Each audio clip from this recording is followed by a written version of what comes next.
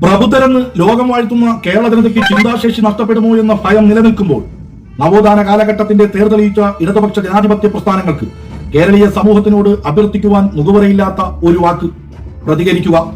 April 26-ാം തീയതി 18ാമത് Lok Sabha തെരഞ്ഞെടുപ്പിലേക്ക് vote ചെയ്യാൻ വേണ്ടി പോളിംഗ് ബൂത്തിലേക്ക് പോകുന്ന കേരളത്തിലെ പ്രതിബദ്ധതയുള്ള പൊതുസമൂഹത്തിനോട് ഞങ്ങൾക്ക് പറയുവാനുള്ളത്: മതേതര രാഷ്ട്രത്തിന്റെ അടിസ്ഥാന മൂല്യങ്ങളെ ഫാസിസ്റ്റ് ചിന്താശരണികളുടെ പ്രളയം കൊണ്ട് കൂച്ചുവിലങ്ങിടാൻ ശ്രമിക്കുന്ന കാവിപ്പടയും രാഷ്ട്രീയ തത്വശാസ്ത്രങ്ങളെ അധികാരഗർവും അഹംഭാവവും സഹനമോഹങ്ങളും കൊണ്ട് കോർപ്പറേറ്റുകൾക്ക് പണയം വെച്ച കഥധാരികളും നമുക്കിടയിൽ സാഹോദര്യത്തിന്റെ സൗഹൃദത്തിന്റെ അടിത്തറ ഇളക്കുന്നുണ്ട് എന്ന് നാം തിരിച്ചറിയുക. അഭിപ്രായ സ്വാതന്ത്ര്യത്തിനും വിമർശനോന്മുഖ നിലപാടുകൾക്കുമെതിരെ ആയുധം കൊണ്ട് നിശബ്ദത സൃഷ്ടിക്കുവാൻ ശ്രമിക്കുന്ന സംഘപരിവാറിന്റെ ദുഷ്ടലക്ഷ്യങ്ങളെ തിരിച്ചറിയുക.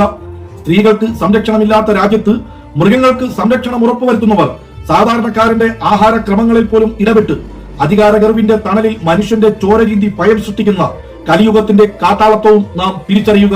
ജനതയുടെ വിയർപ്പൊഴുക്കി അവന്റെ നികുതിപ്പണം തിന്നുവീർത്ത കപട രാഷ്ട്രീയത്തിന്റെ അപ്പോസ്തലന്മാരായ കടർദാരികളെയും വർഗീയ വിഷം ചീറ്റി മതസാഹോദര്യത്തെ നശിപ്പിക്കാൻ ഇറങ്ങിയ കാവി സംസ്കാരത്തെയും ഒറ്റപ്പെടുത്തേണ്ടിയിരിക്കുന്നു. ഉണരുക, അണിചേരുക. നവോത്ഥാനത്തിന്റെ കാലത്തു നിന്നും നമ്മെ പിറകോട്ട് നയിക്കാൻ ഒരുമ്പിട്ടിറങ്ങിയിരിക്കുന്നവർക്കെതിരെ നമുക്ക് ആശയങ്ങൾ കൊണ്ട് പടപൊരുതാം. സവർണന് ഭരിക്കാൻ അവർണനെ സൃഷ്ടിച്ച ചാതുർവർണ്ണയ ലോകത്തേക്കല്ല നാം ചോരരീതി നേടിയ നവീന സംസ്കാരത്തിന്റെ കാവലാളാകാൻ. യുവത്വത്തിന്റെ പ്രസരിപ്പോടെ നിറങ്ങൾക്കും രൂപഭേദങ്ങൾക്കും അതീതരായി അവകാശങ്ങൾക്ക് വേണ്ടി നാം ഉയർത്തിയ ചെങ്കൊടിയുടെ കീഴിൽ ഉണരുക, അണിചേരുക.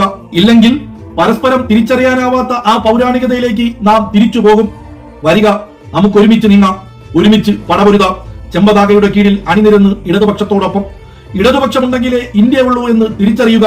ഇടതുപക്ഷ സ്ഥാനാർത്ഥികളെ വിജയിപ്പിക്കുക. ലാൽ സലാം പ്രിയ സഖാക്കളെ, വിപ്ലവ അഭിവാദ്യങ്ങൾ.